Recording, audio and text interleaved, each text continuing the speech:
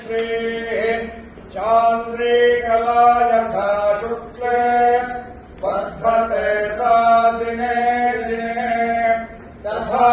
दयाते मय्येव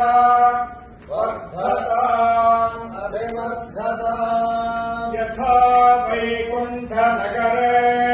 यथा वै क्षीरसागरे तथा मध्वपदे तिष्ठ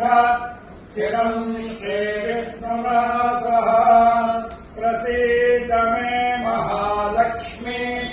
सुप्रसीद महाशिवे अचला भव सम्प्रीत्या सुस्थिरा